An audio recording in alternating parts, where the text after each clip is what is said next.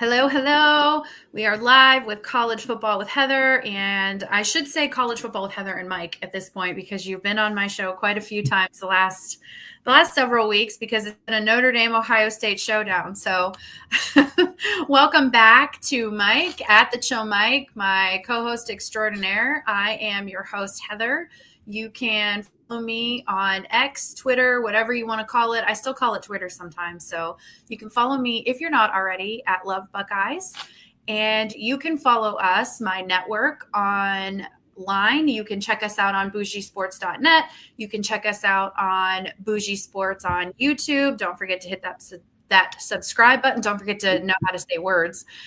Don't forget to check us out and subscribe. There we go. With that being said, I'm going to turn it over to Mike. I'm going to introduce you, have you introduce yourself. And I've said this before, anybody who's watched my show, please, please, please give him a follow. Give his networks a follow, IE Sports Radio and Indie Sports at _IESR. Please, please, please follow, because even if you don't like indie sports, there's a little bit of something for everyone on that network. And Mike doesn't just talk about indie sports. It's a really, really good show, you guys. So do me a favor and hit the follow for him on all. So Mike, I'll let you just give us a little bit of information where we can find you again and what your projects are. All right. Well, thank you again for having me back on. I was very, very humbled that you asked me yet again, but then I realized you probably just wanted to troll me for the next hour. No, I'm kidding, kind of. No, as Heather said, you can follow me at the Chill Mike, and you also follow my show page at Indie Sports _IESR. I'm Indie Sports Nation. If you can see the lighting back here, there we go, a little better. Indie Sports Nation. We are on the IE Sports Radio Network, and I'm back to Friday afternoons now, 5 to 6 p.m. Eastern time. And so we'll be going live Friday this week. We'll be dropping a little bit of a little Ohio State talk, more than I would like to, but it's okay. It's okay. But yeah, no, we'll focus. This one will probably be a lot of indie stuff, just because there's Notre Dame, obviously Ohio State. Yeah. We have our, for those of you who don't follow volleyball, for example, the Columbus Fury pro volleyball team this year, they just had a hell of a match Saturday night against the Ignite. So we'll talk about that. Talk Pacers, which usually involves some Cavs talk too. So yeah, we have a lot of fun, very interactive. So come check us out. Much appreciated. Yeah. Please give them a follow. And it's really cool because the show focuses on so many different sports. It doesn't focus on just basketball or just football. It's sports centered. It's not one particular team centered. So check it out, you guys. So with that being said, we kind of went into it a little bit, how we're talking about the Notre Dame Ohio State game. We'll start with that because I want to spend the most time on, well, maybe not the most time. We'll see how quick this recap goes and how well we get along here. Get this recap going of the Notre Dame Ohio State National Championship. And I've been calling it a national championship, and I broke the habit of calling it a natty because I got so many people mad at me for calling it that. Like, just let me live, man. But it was the national championship game, Ohio State versus Notre Dame. Anybody that knows anything about football knows that Ohio State ended up winning 34-23. Did get a little dicey in the fourth quarter. Got a lot dicey in the fourth quarter, but Ohio State ended up coming out on top. So, Mike, I'll go ahead and start with you. Give me your thoughts on that game. The second quarter killed it for Notre Dame. Mm-hmm. I think I even put a post out there. I think Howard could have brought out a lawn chair and just sit and took a seat. Had all day. He had all day and then some. And I think I might have been with you, Heather, talking about this, and I know I mentioned it on my show, was D-line versus O-line matchup. Yeah. And could, everybody keeps talking about, or been talking about all year, how Ohio State's line's banged up. But I'm telling you what, for a banged up line, they've been playing pretty dang good the last half of the year. Yes, they did. Yes, they did. Tell Ethan to shut up, by the way. Ethan, you heard it. Ethan, I'm going to text you. I'll text you, shut up. I know Ethan, and I know he's laughing right now. I'm sure he is. But to me, that's where, that was a key matchup. in this game. Yeah. And It was. It was. and, Because we were wondering how that was going to hold up. right. And obviously you held it very, very well. And, Notre Dame got zero rush. And when you get, say what you want about Howard, I think he's a better quarterback and people give him credit for. Mhm. He'll find somebody. If he can't, he's mobile enough to run. Yeah. And Well, he did that a couple times. Yeah. I mean, is he a Riley Leonard type of runner? No, he's not, but he doesn't have to be. Right. And with the receivers, I mean, I don't care how good the defense is. You have all that time, they will eventually get open. That's just how that's going to work. So right. They'll find some separation. What did you think, though, after that very first drive? So for me, this is where I started to panic, and not that I would ever panic about a game or ever overreact. I would never overreact. Never. But Ohio State wins the toss. They elect to defer, and Notre Dame gets the ball, and they have the most methodical, beautiful drive to ever drive. It was 75 yards. It was 18 plays, 75 yards, ended on a touchdown, and they took off almost 10 minutes. They took off 9 minutes and 45 seconds. They had 2 fourth down conversions. I wasn't worried that we weren't going to be able to score. I knew that this game wasn't going to be scoreless. What I was concerned about was that Notre Dame was going to do this to us every single drive and eat that clock like that. Take 7 to 10 minutes off the clock every drive. That's what I was concerned about, because I thought we can't sustain that. Our defense needs to get off the field because we score so quickly. We're not methodical drive. We have been in the playoffs. We've done a little bit of it, but we're score often and score fast normally. So I thought, okay, they're going to take 10 minutes off the clock. We're going to take 2 minutes off the clock, and our defense is going to be gassed out there. So what did you think when Notre Dame had that opening touchdown drive? Honestly, I didn't think much of it. And here's why. Because, I mean, did Notre Dame need to make that drive? Yes, they did. I mean, that to me was, okay, you got to score here. Yeah. But I've watched enough Ohio State football, unfortunately. Yeah. I know the jabs are going to come, so I'm just going to. I'm actually not, though. I have not trolled any. I haven't trolled anybody. And hey, folks, she's lying. She's lying. I'm not lying. I'm not trolled anyone. Anyway. I'll bite back, but I'm not gonna. But jokes aside, look. I mean, we've seen that with the Ohio State defense a good chunk of the year. Right. They give up that. Yeah. It's almost like Knowles does that on purpose. Yeah, like he's trying to see what plays they're calling, what kind of scheme they're going to be running. It's a chess match. Yeah. And then Knowles will make his adjustments. So for me, the first drive, that first drive was like, okay, they started moving the ball down the field. I felt pretty good that they were going to score a touchdown. It just felt like that was going to happen. For me, from a Notre Dame perspective, my biggest concern was the following drive. I was like, okay, Notre Dame is known for defense, right? Right. How can they hold this Ohio State offense to 3? Heck, can they get off the field? Can they bat a ball down? Something like that. That would have, in my mind, would have been like, oh, momentum, because now that would have elevated it. Yeah, but then Ohio State goes right down the field. Yeah. Like, okay. All right, now that puts pressure back on Notre Dame's offense, and Notre Dame is not like Ohio State in that way. They're not score quick. No, they're not. That's right.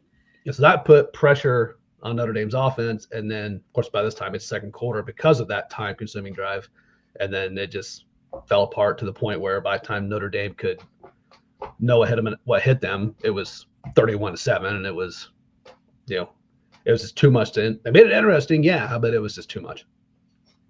And then because then when Ohio State, that second drive, Ohio State actually responded in kind. It was 11 plays, 75 yards, and it ate up a little over 6 minutes off the clock. I think almost 7 minutes off the clock. So then Ohio State just ended up going on to score 31 straight points. We didn't score anything after that. We did make it interesting in the fourth quarter. But that Jeremiah Smith touchdown and that second drive, that first touchdown, Jeremiah Smith was wide open.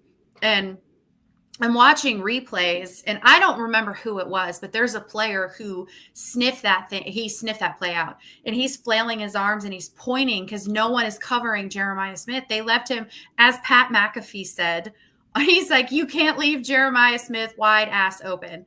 And I love Pat McAfee. That's the only reason I watch the game with the sound, because I watch the Pat McAfee sideline report. He's a national treasure. We love him. Don't meet your heroes. Well, I've heard that. He's not a hero though to me, so I think it would be cool to meet him because he wouldn't disappoint me. Yeah, I mean, I've been for your audience and just for random knowledge, he lives about 10 minutes from me. That's so cool, really. Okay. I've run into him a couple times, and when he first got here, he was really cool because he was this punter. Well, he wasn't big. He was. Yeah, He was, now that he's a little bit big, you can kind of tell he's a little bit big, and you don't get near him, and security. You know, it's just kind of one of those like, I'm up here, you're all like, no, I'm not talking to you, and that rubs some people the wrong way. Well, I mean, I can understand he's been why. a little snooty to some. His rest of his crew on his show are great. Like I would love to meet all of them. Like I just love to go have a drink with them. I think it would be just a drink, just one. Yeah, I've actually run into them in the grocery store a few times. They're cool. Yeah. So that's kind of cool. Yeah. But no, I mean, I get why you'd watch him. He is funny. He's entertaining, with no doubt about it. So Ethan's just gonna troll you. He said you must be rich. Now I think Pat McAfee, I don't know, maybe you are rich, but Pat McAfee seems like he's just super chill and down to earth and like a normal guy. They do a lot of good things, charitable. Yeah, they're very well, much. I'm sure his head's big, right? Like yeah, I'm sure he's got a there's egos in this. I mean, in this world, obviously, and his wife does a lot with. I mean, they do a lot with animals and stuff, and rescue and this, that, and the other, and. I mean, so they do a lot of the right stuff. I mean, I'm not saying he's a horrible guy, but no, but he's sometimes you meet people like that. Cool. Yeah, he's not cool to me. Like, you're not going to be like, oh, that was the greatest experience of my life. Maybe if we get time at the end of the show, we can talk. We can shift gears from college football and we can talk about some celebrities that we've met. Because I actually have a couple of Ohio State players that I met that I'm like, really? Like, I got one real good one I can share at the end. That I think Bradley. Okay, we'll do that. We'll save a few minutes at the end, and I'll tell you the Bradley Roby story. So, so Ohio State goes on to march it down the field in the second play. They score 31 straight. Notre Dame does go on to drive, and they cut the lead to 31-15. Okay, now here's what I wanted to ask you. So you're watching the game. Why did Freeman decide? We talked about this last night actually on Ethan's show on Going Nuclear, but why do you think that Marcus decided to go for the field goal when they were down 2 scores? Why go for the field goal in that situation? Okay, so just for the audience sake, it was 4th and what? Oh, it was 4th and long. It was longish. It was like 4th and 4, 4th and 5. Mm-hmm. I mean, it wasn't a give me. It wasn't like 4th and 1. Right. And where was the ball at again? Oh, I can't even remember. I'm not trying to put you on the spot. Yeah, no, I can't remember. Honestly, I can't remember. I mean, they were on the plus side of the field. They were definitely on the plus side of the side of their field. Yeah, it was close to the red zone, if I'm not mistaken. They were very, very, very close to it was a chip shot field goal. That's how close they were. 2 reasons here. But I know people, I'm probably going to be the minority on this, and that's cool. No, I don't think you will, because if you're going where Mike went yesterday, incidentally. Okay, so it's 16 points, right? Yep. So what are the odds, I got a couple points here. What are the odds, 2 touchdowns, 2-point conversions? Mm-hmm. I don't think the analytics are just going to be in your favor in that regard. Right. You've got Jeter, who is a very, very reliable kicker. Right. And we know how the Ohio State's red zone defense has been all season. To me, in that situation, again, people are crapping on it here locally in Indianapolis. Oh, you should have went for it. No, sometimes it's okay to take the points. Yeah. It is okay to take points. It's not the game of football has been kind of wild to me in the past, handful of years, both college and professional. Well, they don't go for points anymore. It's all of a sudden just a video game, like sexy stuff to always go for it. And like sometimes, and look, what happens? Hindsight 2020, I understand this. What happens? They make that field goal. They stop Ohio State. And that late drive, that pass doesn't happen. Correct. Uh-oh. That was what we talked about that's exactly what we talked about on the show last night, because I said I was baffled why they didn't go for it. But then there was that discussion. Okay, here's this scenario. They get the points, they get a stop, and then they score, and none of that happens, right? You're not going to be in that situation. Ryan Day isn't going to have the opportunity to run the clock down like he was trying to. We're going to have to go back down the field and score quickly. So it's or not quickly, but score. So yeah, I think if had he made that field goal, it would have changed the entire trajectory of that game, because the momentum was already with Notre Dame. And when he doinked it, the that just kind of, that was it. Yeah, I think it stuck a pin in that. Now, there were people that were saying, oh, it was a chip shot, and yes, I know that he was reliable, but I literally have PTSD right now for kickers. It's been a very, very, very bad year to be a kicker really in college, and it's been a very bad year to be a kicker in the NFL. Was it the Philly game that the kicker missed both PATs? He missed 2 PATs. Yeah, I think so. Yeah. And I'm like, what is even happening this year?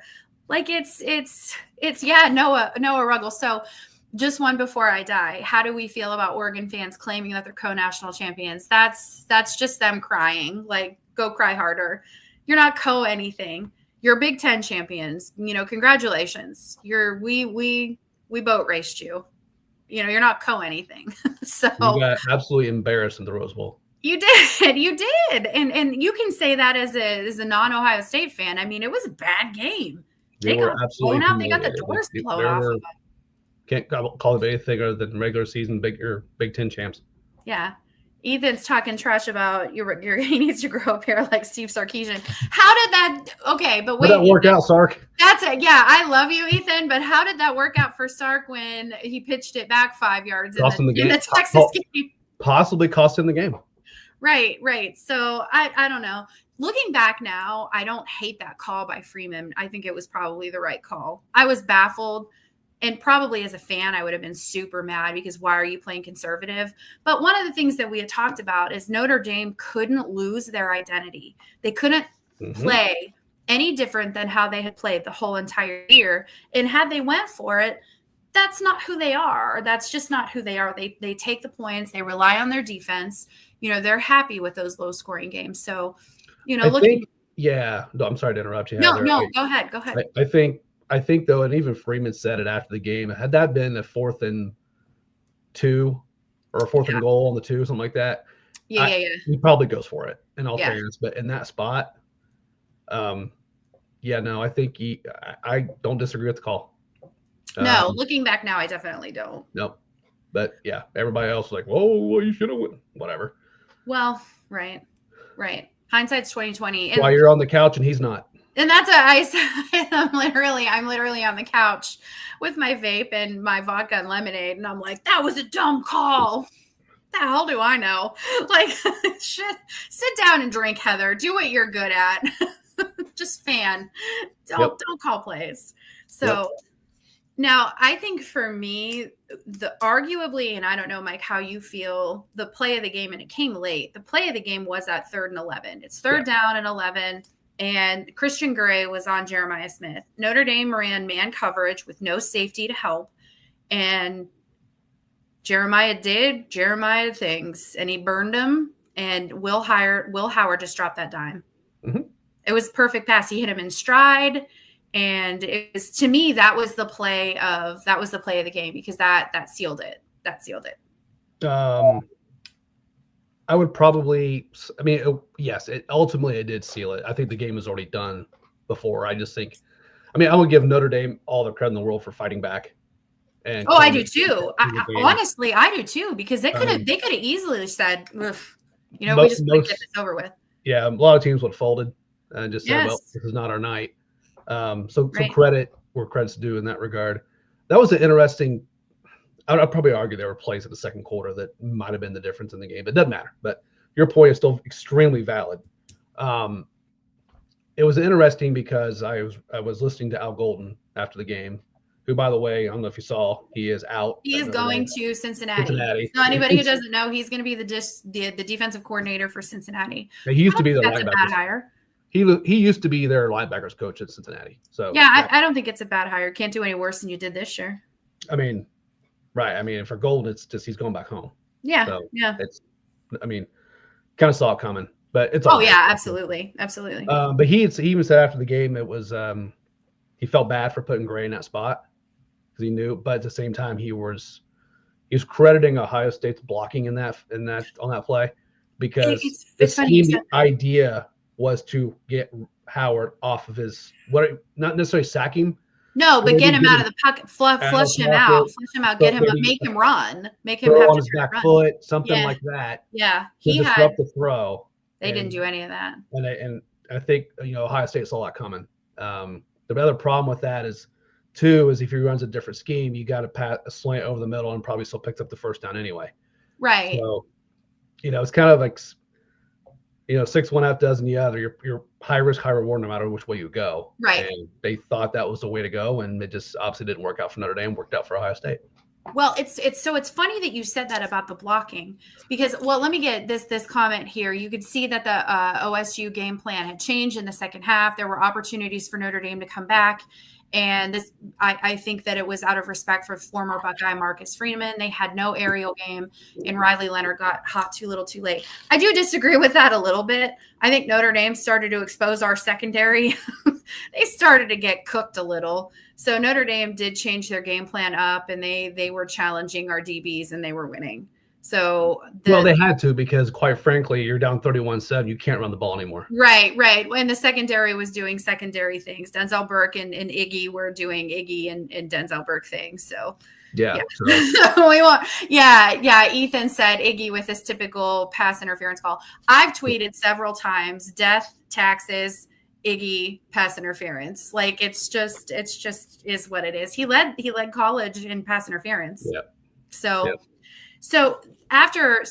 when you were talking about blocking, after the game, Josh Fryer was talking. He is a right tackle. And he said they're in the huddle, they're calling the play, and they said, okay, here's the play, we're going to air it out. And he said, we're going to have to block our asses off. We're going to have to block better than we've ever blocked in our entire life. And that was the O-line. That was what they said, okay, look, this is it. Like, we're never going to perform any better than we are right now. And they did. They all came together and they blocked. So that Will Howard had all the time in the world to throw that ball. And he didn't even need that much time because Jeremiah Smith just turned and burned, man. So, well, like I said, you just needed some sort of anything. But that was a ballsy play because they weren't going for the guaranteed first down. They were going for the home run. So that was pretty ballsy. Yeah, I mean, like I said, you take what the defense gives you, and that's what the defense gave you. Right, and it is. And this is what I talked about this yesterday too. Travion seeing the blitz coming and knowing exactly what man to cover. That's where, and Mike, I will be completely candid. I don't pay attention as much to Notre Dame or to a Purdue or to Indiana. So I don't know if you notice these things when you're watching them. But Ohio State, one of the things that they do really, really well is they teach their receivers and they teach their running backs blocking. So you have an extension of that. I mean, that's just one thing that they do. And I don't know if Notre Dame was necessarily doing that so well, yesterday. But Trey no, because they don't pass that much. So that's just something they don't really work. I mean, with this current quarterback. Now, we'll talk in a minute, going forward next year. But no, that's why Henderson will be playing on Sundays. Right, because he does the little things, and he's a really good teammate. Yeah. Yep. So I take away from the game, it was a lot more competitive in the second half, which, for a casual fan made it a lot more exciting. For Ohio State fans, I know personally, Ethan and I were texting back and forth all night long, and we were both like, well, crap. You could start to see the mood going down a little bit as the night went on, but it was a nice game. It was nice to see two programs who needed a little bit of redemption. And I know that you hate Ohio State, and I know that I don't love Notre Dame, but I think we can both say that it was a good game, and the better team won in this instance. I do think that Notre Dame has a very, very, very high ceiling. I think that Freeman has put this program back on the map as far as respect, likability, and contender. I think that Notre Dame, this is not the last time we're going to see Notre Dame in the final. Well, and I would say this. I was kind of joking with a colleague of mine today about this. He was also a big Notre Dame fan. And reiterate, I'm an Indiana guy to your audience. So I'm an Indiana sports guy. I don't have any Notre Dame decor back here. I just cheer for my Indiana teams. But we were just making a reference because this rivalry, if you want to call it that. I don't really call it that because Ohio State's winning. It's not a rivalry. Well, I think it's gonna get there though. Well, and eventually, yeah. I mean, you know, Ohio State wins last year on because remember Most ridiculous play ever to ever. It was Kyle McCord found. I forget who he found. It wasn't Emeka Buka. I forget who it was. It was like a 3rd and 19 or something like that. It was. And that game should have been over. And right. So that was one Notre Dame should have had, and they didn't. And really, there was one bad quarter. It was. That was it. One bad quarter. And so Notre Dame fans are just already like, I mean, not that they loved Ohio State anyway, but now they really don't. And Ethan's right. There was 10 men, but still, you can't give up that 3rd and 19. I'm sorry. No. But I think something's building here. I agree. I would agree. And I feel like you and I were talking before how polarizing these two schools are, or at least our football programs, right? And they are. Yep. Raymond's brought some more likability, I think, to Ohio State because he's still not enough, but no. I'm not trying to all of a sudden say they're not polarizing anymore. They still are. They're always going to be polarizing.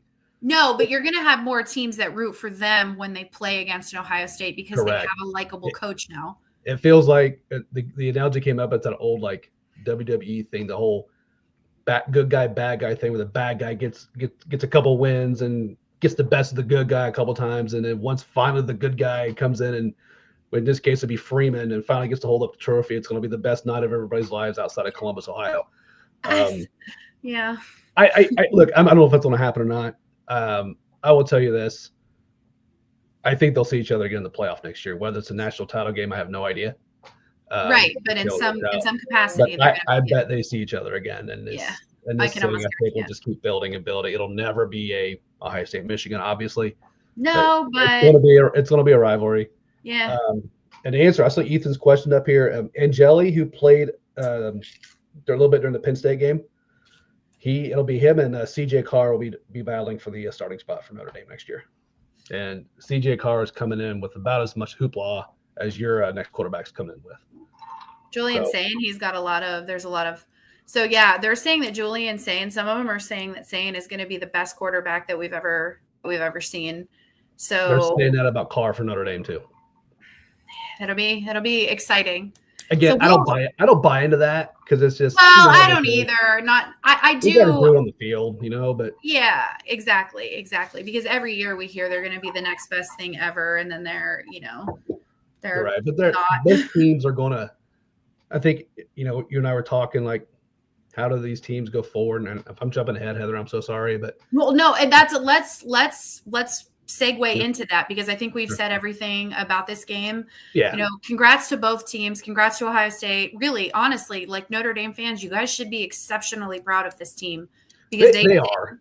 They had a really good season. This is probably the best national title I've ever felt in my life. Like I'm still on cloud 9. So we'll leave it on that. And Mike, you were going to say, let's talk about the future. How do they recover? How do they move forward from this?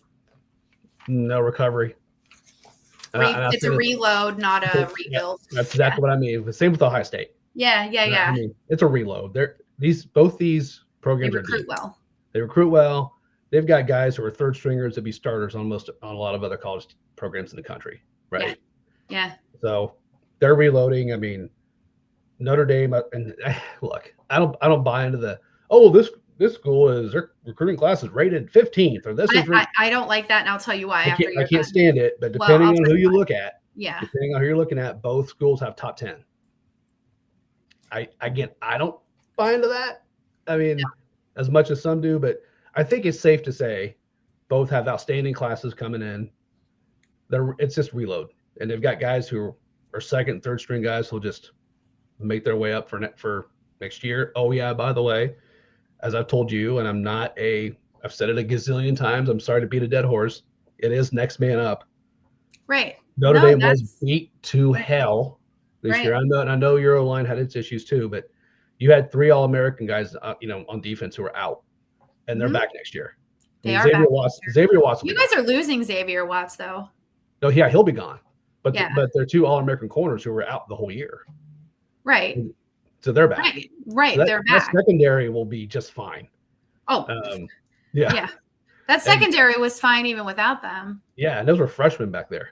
Freshmen Yeah. and sophomores back there. So I mean, they were just having to, again, great. I'm not making excuses for the loss at all.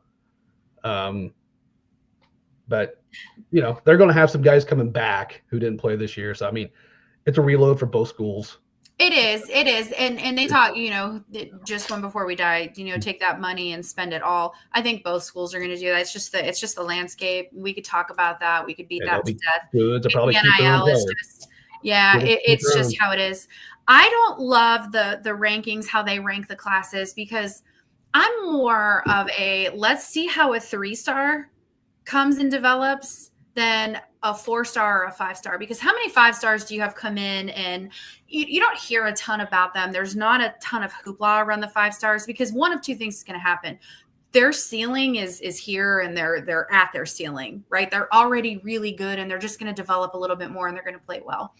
Or they're going to be completely non-consequential and a non-factor. But you don't ever hear about that. What you hear about are these kids who were not highly touted, who were not. Will Howard got dismissed by like every program ever, and he barely started at Kansas State. He lost his starting job, and they said that that's why he even wanted to transfer out. So you have these kids who aren't as great, and then they come in to a really good program with really good coaching staffs. That's what I like to see. I like to see those 3 stars, or, even, no stars. Well, and now, Heather, that's a great point. And I'll segue.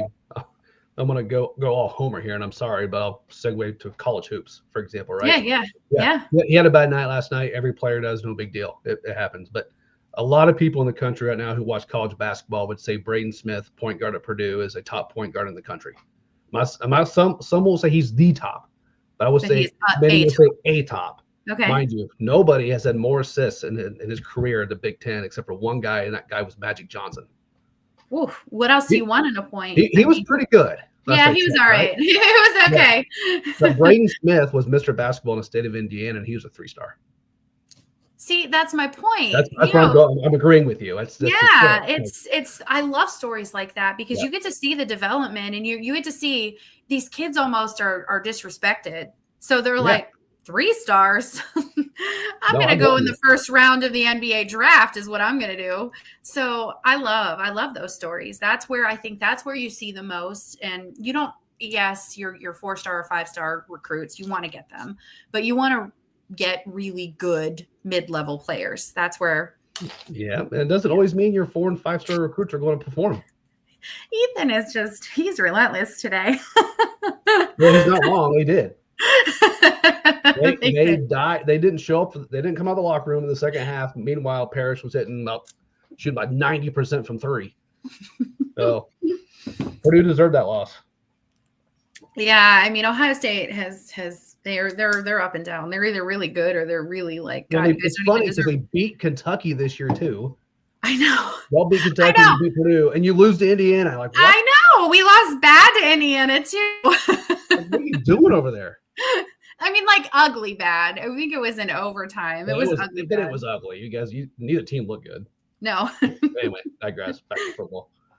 So I think that's really like there's not a whole lot more you can say. I think, both teams. Okay, so here's just a quick rundown. So Notre Dame, the key players that Notre Dame will lose is Riley Leonard. And that's, Riley was really very good. Not maybe the best passer, but he was a very good quarterback. Howard Cross. What's that? Good leader. Yeah, Good off the field leader. Yep. Yeah. He's the kind of guy that you want to play for if you're alongside him. Yep. Howard Cross, a defensive tackle. Riley Mills, a defensive tackle. Xavier Watts is going to hurt as a safety, and then Benjamin Morrison is a corner. So those are the key players. Now there's quite a bit more. And Mills was out the entire college football playoff except for the IU game, was where he got hurt. Oh, okay. So I mean, they were playing without him anyway, but they're not going to have him back next year. I didn't do the who could leave, because I'm not even going to get into any of that. Oh yeah. Ohio State's got a long list of players that are leaving that are key players. So Will Howard, Emeka Egbuka, wide receiver, G. Scott, tight end. Josh Simmons is a left tackle. They're saying he could possibly go in the first round. Donovan Jackson and Seth McLaughlin, who are both centers, they were both hurt. Josh Fryer, Jack Sawyer, who is an edge rush, along with JT Tuimoloau, Tyleik Williams, and Ty Hamilton, who were defensive tackles. And I don't think anybody's going to be sad about Denzel Burt going. so there's quite a few players. Now they've got a lot that they're going to be able to slide in. So both teams are going to have to reload. I think both teams are going to do it. They're going to spend their NIL money. They're going to get players coming in from the transfer portal. I think they're going to be just fine. I agree. So, okay. I mean, that's it, you guys, we're not done yet. I still have 30 minutes of talking, but that's it. College football is over for this season. We won't come back and talk about college football until spring. When we start seeing the spring games, we'll do some previews.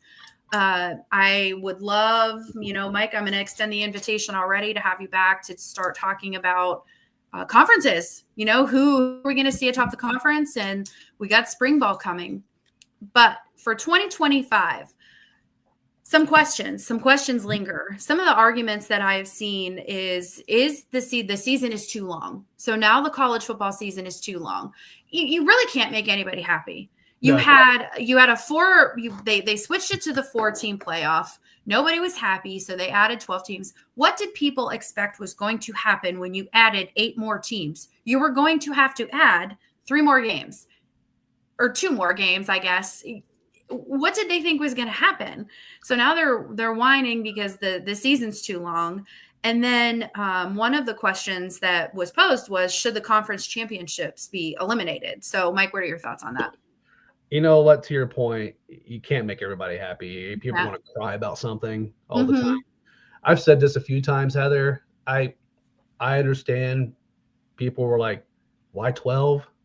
Shouldn't we have done 8? Or maybe 10 with the top 2 getting a bye, something like that. Whatever. They went 12. Okay.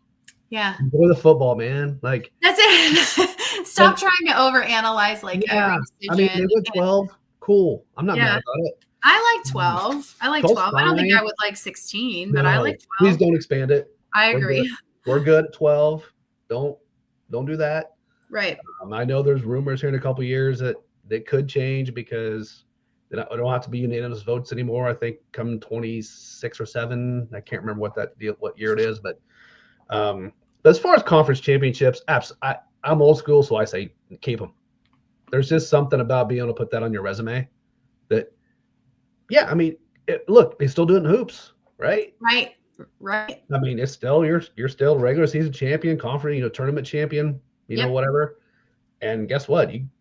They all but one. And sometimes all the conference champions go into the tournament and lose. Right. So.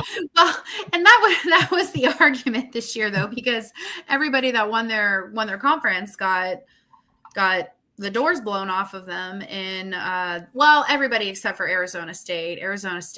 They played Texas really well, but play better then. You're the conference championship. Oregon was the number 1 team in the country. So you're telling me that they shouldn't have played for the conference championship because it was unfair. They were the number 1. They got a bye in the first round. They got that extra week off. They should have been fine.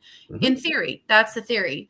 I don't think you should get rid of the conference championship game. And they never will anyway, because look at all the money they make off of that. Exactly. Yeah. People are glued to that. Championship weekend. Let's go. Right. Right. There's still too much tradition with it. No, I mean, I'm fine the way it is. I mean, I think for the first year, I mean, to me, you can cry about those opening weekend games all you want. We talked about this last week, Heather. Yep.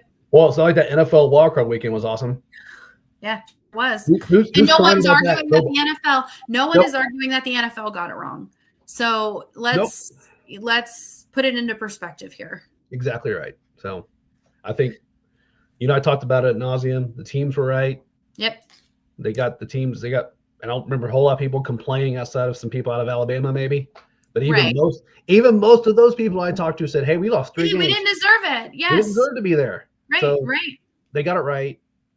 Sorry, there was some end of discussion. Guys. Right. It played out how it played out. It played out exactly the way it was supposed to play out. So exactly right. I agree. We both agree on that one. I think the season is fine, and I think leave the conference championships alone. Yep. So also going into 2025, there's going to be some coaches that are under the microscope. I do have a short list here, and then we can both add our honorable mention. Lincoln Riley for USC. I have him at number one. Sorry. They went 7-6 this year, but what was interesting was when I was looking at coaches that are on the hot seat. Lincoln Riley's team and Lincoln Riley and staff, because it's not just him, it's not just the head coach, but they had over 20 players that entered the portal this year. So they went 7-6. They had 20 players that entered the portal, plus they had some decommits. They had a 5-star, I think it was a wide receiver, Jerome Miles, that decided to decommit. So they're not just losing their own players that are entering the portal. And portal, it happens, but this was a mass exodus. They're also losing some decommits. What the hell's going on over there? I don't love Lincoln Riley as a coach. I never really have. I think Lincoln Riley is really good at developing Heisman quarterbacks, but stinking Riley leaving Oklahoma was a terrible move for him. It was. I think he got a little bit too big for his britches. I think he can develop Heisman quarterbacks, but he doesn't know what defense is. Nope, and I don't think he'll be there. He won't be there much longer. Do you think that he'll leave on his own accord? He'll go to another school, or do you think he'll get fired and then have to find a job? Do you think he'll just, tuck his, I'm taking my toys and I'm going home and I'm going to go to a different school, or do you think he gets fired? I think it just depends how the first half of the season goes next year, to be honest with you. Yeah, so, I think that if they don't compete quickly, he's going to be gone. He's going to be gone next year. Yeah. Very, very, very short leash. Yeah, I agree. So, Ethan brought up Oklahoma, leaving Oklahoma. Brent Venables for Oklahoma. What a bad season. They were 6-6. They were 2-6 in league play this year. And they lost to Navy in the Armed Forces Bowl, which I love. I was rooting for Navy. My dad's a Navy guy. Thank you, Dad. But yes, Vietnam vet, Navy guy. Love him. So I was definitely rooting for Navy. But you are Oklahoma, and you went 6-6, and you lost to Navy. Like, that's a bad year, man.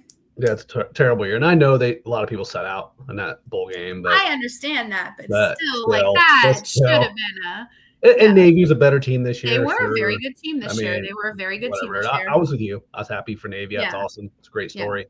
I mean, you look at Oklahoma, though, over the years. Of course, that's been the Big 12, right? Right. They've had a year here and there where they just kind of inexplicably had a rough year. I don't know, but this feels different to me.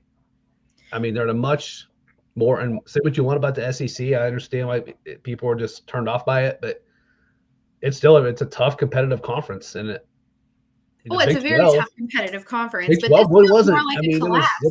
And Big 12 was them in Texas, and A&M would compete here and there, and Texas Tech here and there. But you go to SEC, you look what you're going up against, week after week, where anybody can beat anybody. Well, absolutely. For the most part. The thing. Yeah.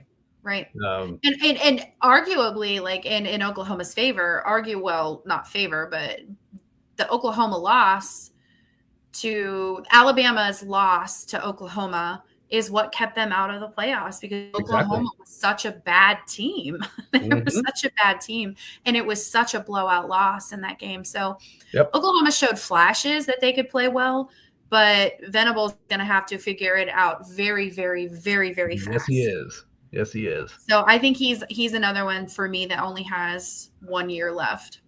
Yeah, no, they won't put up with it there. So one of the other, so segueing into a Big Ten school now, Luke Fickell. I was surprised about this one, but when I read kind of the stats and to see what was going on in Wisconsin, I'm not super surprised. I think Luke Fickell has a little bit more of a long leash than any of those other coaches, because he is recruiting really well.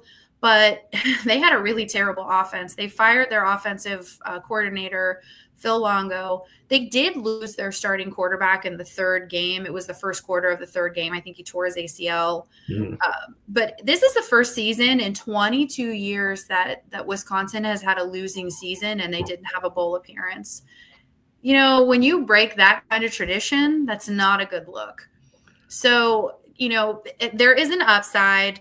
He is getting 3 and 4 star recruits, and they did pick up 18 players out of the portal.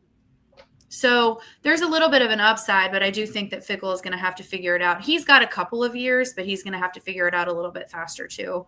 He definitely needs to have a better year next year. I will say I'm kind of rooting for him a little bit. For those who don't know, there was a former Colt receiver here who will probably be in the Ring of Honor here in a few years, named T.Y. Hilton, and his son will be attending Wisconsin. Oh, really? How are these? It's so wildly unfair that these players have these children who are like even better than they are. It's so wild. Like, why did my talent I was born with is talking too much, and these guys have like this God-given freakish talent. It's so unfair. Yeah, he was Eugene Hilton, who's his son. He was Zionsville High School here in this northwest side of Indianapolis. He was recruited by Miami was on there, was recruiting him. Michigan and Michigan State were there. Purdue, obviously, because it's right up the road. Right. And he had it narrowed down to Purdue, Wisconsin. I can't remember the other school. I think Kansas was on there, but I don't think that was the other one. I can't remember. But he had it narrowed down to 3. And IU was on the list. Oh, okay. And he picked Wisconsin and broke everybody's heart in Indiana. Yeah, he's like, I'm getting out of this state. It's like Marvin Harrison. It's like Marvin Harrison. When we had Marvin Harrison Jr. and we found out that he has a brother that's probably more talented than we are, we're like, does Marvin Harrison Sr. have any more kids? Like, right. Bring him in. There's already Colts fans here going, can we just tank, get Archie when he comes out of the draft, and make his trade for Marvin Harrison Jr. from Arizona so we can relive the glory days? I'm like, good God, people. You gotta go with nostalgia. While some of the younger the younger fans are like, who is this Manning guy? Who is this Marvin Harrison guy? I know. Like, we're not old at all. I like when we talk. I've had some DMs because we've talked about the BCS. I've had some people message me and tell me I was stupid and I didn't know football because I was talking about what's the BCS? You don't even know what you're talking about. I'm like, man, if you only knew. BCS was awful. I'm like, tell me you're a teenager without telling me that you're a teenager. Exactly right. So I digress. So Luke Fickell. So there is an upside. There is an upside for him. I think that he's recruiting well, but they got to get their offense figured out. They do. So the last coach that I had on the list here is I'm baffled he still has a job. And that's Mike Norvell, Florida State. 2023, they went 13-0, and this year they went 2-10. And outside of the first game, they didn't score more than 20 points. They scored 24 points in the first game. And I remember watching that game. It was like a Thursday night game, I think, and Kirk was commentating, and it was a good quality loss. You know, they looked good, and well, that didn't age well. Nope. And it was just horrific. This whole season was horrific. There isn't even anything I need to say about it. I don't need to spit supportive facts here because it's the season spoke for itself. Yeah, and look, I mean, part of it too, and I don't know how Florida State feels about it. I've got a few alumni friends. I should probably ask them, but I mean, after the 13-0 run with the injuries and then not making it in. And then everybody leaving. Yeah. I mean, whether they transferred out or they graduated or whatever it was, he lost like everybody. He did. And so is that completely on him? I don't know. So I mean, my guess is if it was, he probably wouldn't be there. Well, right. If it was a culture problem. Yeah. So I don't know if they're going to give him some time. Say, okay, let's see how next year goes, because we've seen some coaches, hitting the portal and getting some guys in and be able to turn things around relatively quickly. I'm not saying they should be back in a national title hunt next year or anything like that, but can he turn it around and get to a bowl game? We'll see. But I'll imagine if it's another year like this, and Yeah. He's done. He's done. And if he has another year like this, he might even be done before the last game of the year. Oh yeah. They might be like, They're getting an interim head coach, and they're calling it a wash. Yeah. Yep. So, okay, so we have that. Who is? I'll let you go first, unless you want me to. But who is your honorable mention coach that wasn't mentioned here that is on the hot seat? Brian Kelly. Okay, I like it. I would not hate to see his demise. The reason they're going to bring him back another year is because they would owe him $60 million.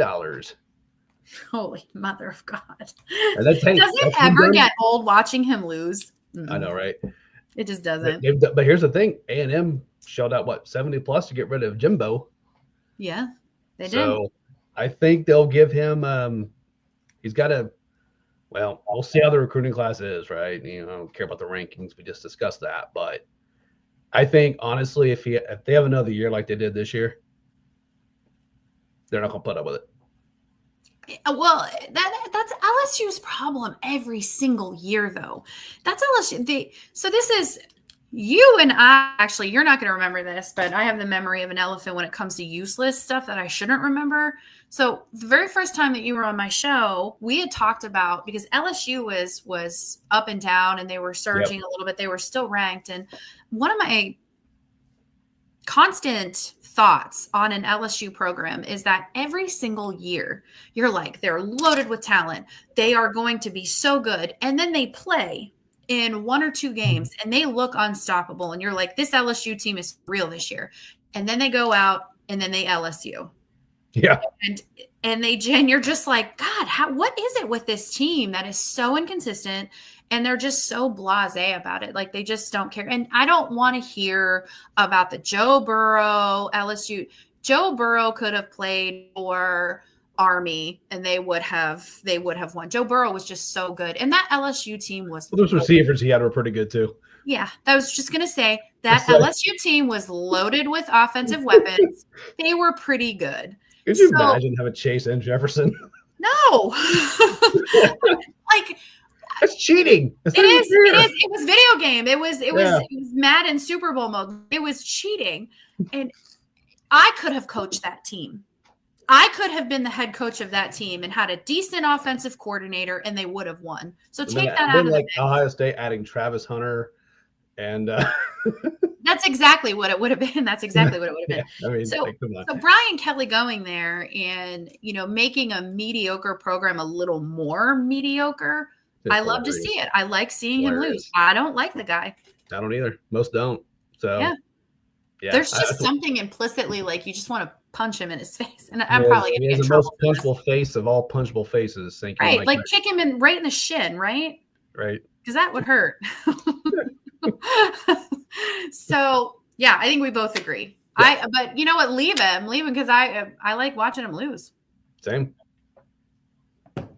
So mine, who I don't think has as short of a leash as some of these coaches, but maybe like a Luke Fickell leash, is DeBoer from Alabama. Yeah. Not because he's a bad coach, but because Alabama is a win now school. You have certain schools where they're going to be okay with Wisconsin. Wisconsin, for example. Wisconsin isn't a win now school. Do they want to win now? Yes. Will they? No. Alabama, right. He was left with a championship team. He was at least left with a playoff team. And they couldn't even make it into the playoffs. They couldn't make it into the SEC championship. They couldn't make it into the playoffs. And did they lose their bowl game? I think they lost their bowl game, didn't they? Yeah. So it was a rough year for Alabama. And the boosters and the fans are not going to put up with that. They're just simply not going to put up with that. Because Nick Saban left them on top of the mountain. Yeah, and I feel bad for him in a way because here's your job. You get to go fill Nick Saban's shoes. Great. Well, right. They did lose to Michigan. I forgot. Yeah, it's Michigan. Yeah. I remembered as we started talking and didn't want to interrupt. Yeah. But yeah, look, I mean, some of those losses, I mean, you can't teach players executing in effort. No, you can't. I mean, that's on them a little bit. So right. Oklahoma, I'm sorry, Bama players. That's kind of on you.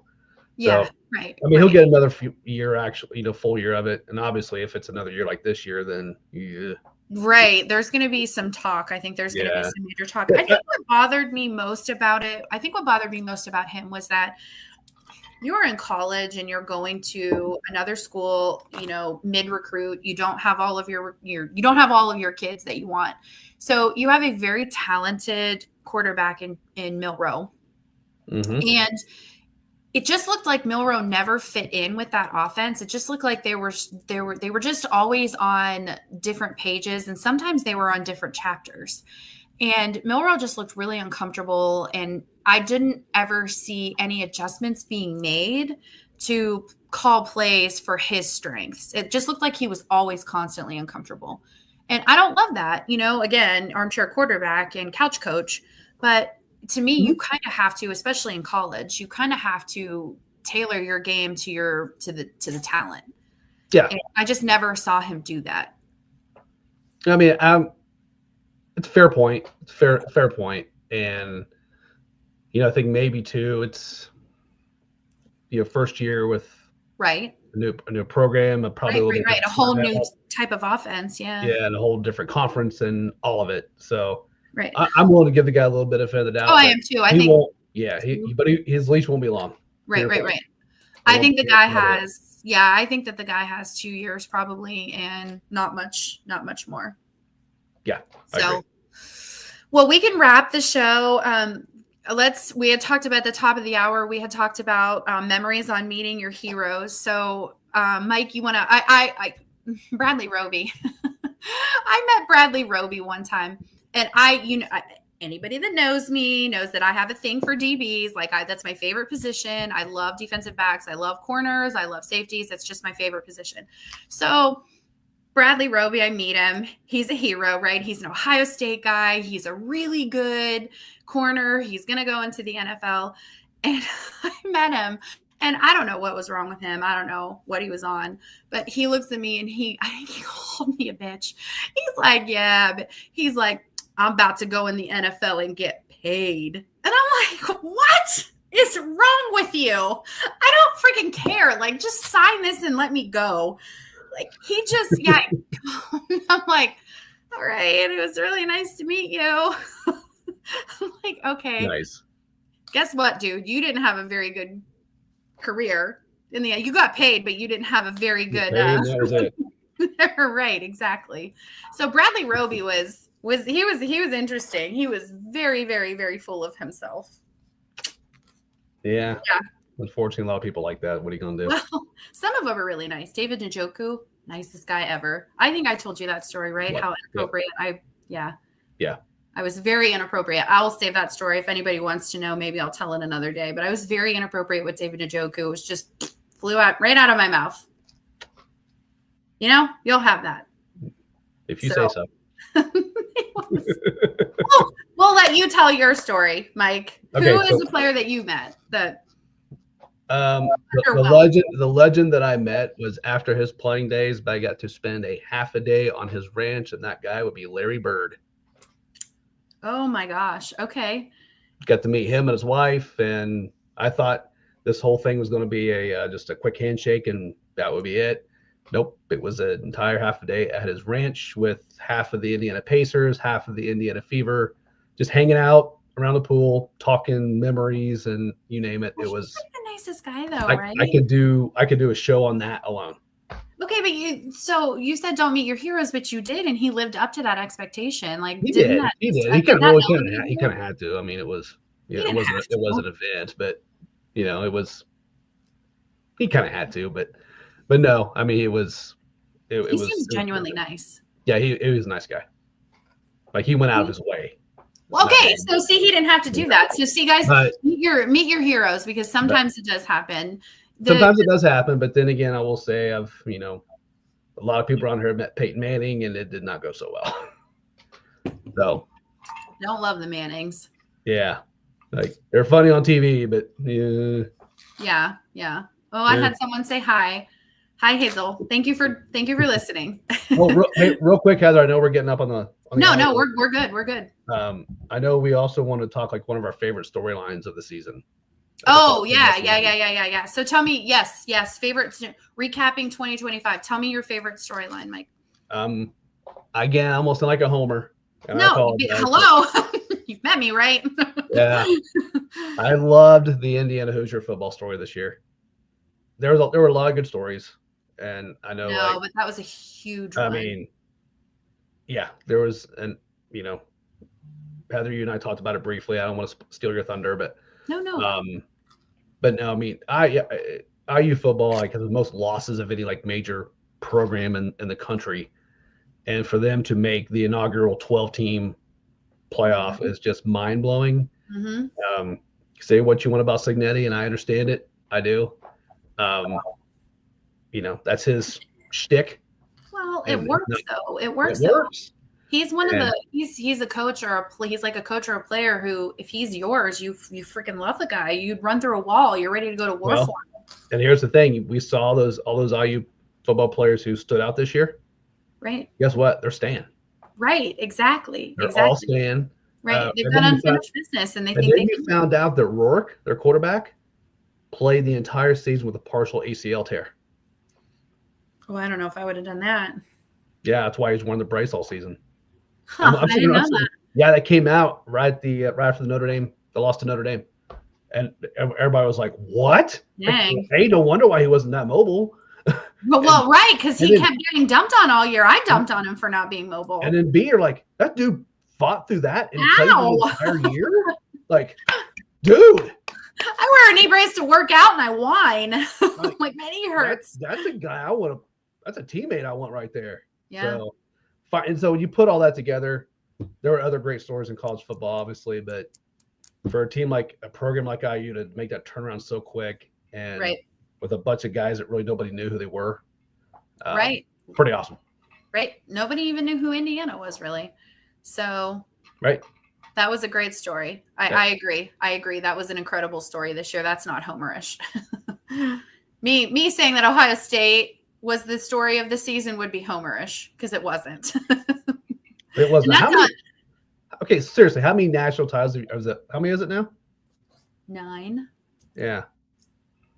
So yeah, it's not a story. Anyway, go ahead. Story. That's not my story, though. That's not my story. I'm kidding. No, you're not, you big jerk. That's not my story. My feel-good story of the year was the service academies, specifically the Army and Navy. How well they played and the national attention that they garnered, and how everybody was just rooting for them. And they Navy won in their bowl game. It was just such a feel-good story, because it's the military, and these kids aren't playing to go into the NFL. These kids are playing to go serve our country.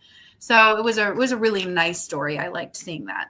I enjoyed watching them and just reading about them. And then the Army Navy game here's the thing.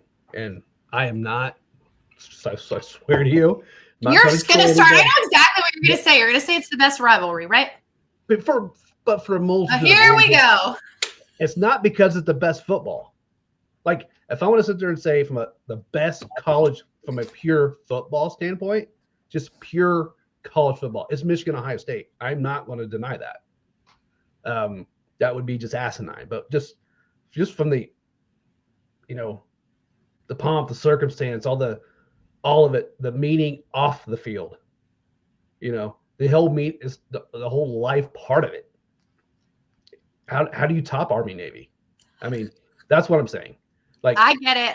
I'm just saying, obviously, when it comes to X's and O's and talent and the best, athletes and right. Yeah, I get it. I get what. Yeah, Ethan, I think that Mike is agreeing with you. I think he's saying it's not good football. It's not the best football. Yeah. I mean, if you're looking at it from a pure right. You're looking at it from a tradition standpoint. But just the tradition, again, more so what it means off the field what they're doing when they leave. Right. Because are they all going pro? No, most of them aren't, because you have to get exemptions. Yeah, and you still have to serve even after, even if you go pro, you still have to serve. But there's just something that is like the old American fabric for sounding corny. But no, and that's why it was my story. Yeah, that's why it was my storyline of the year, because it's just so fun to see how good they were. And I don't care how bad the football is. I still watch it. Right. I do. I will too. I will too. Yeah. You don't miss the Army. You don't miss But the yes. Army game But ever. again, I for your love that they audience, get their own weekend, that they get their own exactly. showcase. Yeah. Yes, I love that. But again, just to reiterate for the Ohio audience, when it comes Please. to X's and O's and talent and pure football, yes, it's Michigan, Ohio State. Yes, I give you that. And I'm not speaking for you. We'll go ahead and close it out. But guys, get off your bullshit and stop DMing people. Stop DMing my guests. Stop DMing me any of your nonsense. None of us want to hear it. You're gonna get blocked. Stop it. Argue with me here. Argue with us here. Don't friggin' DM us. We're gonna block you. So I'm off my soapbox now. So we'll go ahead and close this out. Mike, thank you so much for being Thank you for having me. You and Ethan, and you guys were the start for me. I just started doing this. I think we weren't even quite halfway through the season, but you two were so critical and so crucial for my development. And I just thank you guys so very much for joining me, for helping me with ideas, for helping me develop this. I look back at some of my initial podcasts and I'm like, yikes on bikes. What was I thinking? But you guys have really helped. So I really genuinely appreciate that. So I'm going to segue into everybody. Please follow him. I'm going to put him up on the ticker. Follow Mike on Twitter, X, whatever you want to call it. Follow his networks, IE Sports Radio and Indie Sports _ IESR. It's Indiana focused, but you guys will not regret it because it's sport focused. And he talks about other teams. I listened to his show. You guys will not regret it. So Mike, tell us again where we can find you and your projects. Give us a little rundown. So at the Chill Mike on X, Twitter, at Indie Sports _ IESR. The network again is IE Sports Radio. It's your direct feed for all that is sports. We got hosts from coast to coast. Indie Sports Nations, I pointed out earlier, is my show, 5 p.m. Eastern time on Fridays, and I will be doing a Super Bowl Sunday special.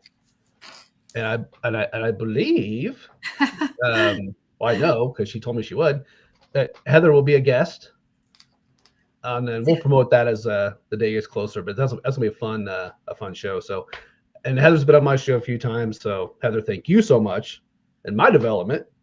It's been obviously a lot of fun working with you and getting to know you and your audience. And I will second what she said.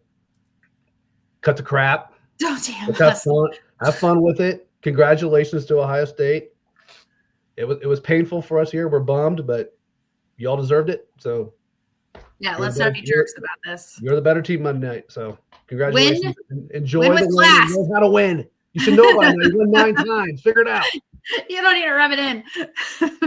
Well, thank you. And yes, I will be on your Super Bowl show. You guys follow me at Love Buckeyes. If you're not on X, I post a lot about a lot of nonsense, but I will post about the shows that we do. So follow Love Buckeyes. Follow us on YouTube at Bougie Sports. Please subscribe and check us out on bougiesports.net. You'll get to see all of our faces. It's a network of, I think we have 6 women now, network of 6 of us. So you'll get to see all of our projects. So check us out, bougiesports.net, Bougie Sports on YouTube, and follow me on Twitter, X at Love Buckeyes. And I'm going to close it out with just saying I am so proud to be a fan of the national champion, world famous, the Ohio State Buckeyes. Oh my God. Go Bucks, everybody. Whoa. Be nice to each other, and you'll see all of the projects that we have going on. So thanks again, everybody, for joining, and have an amazing night.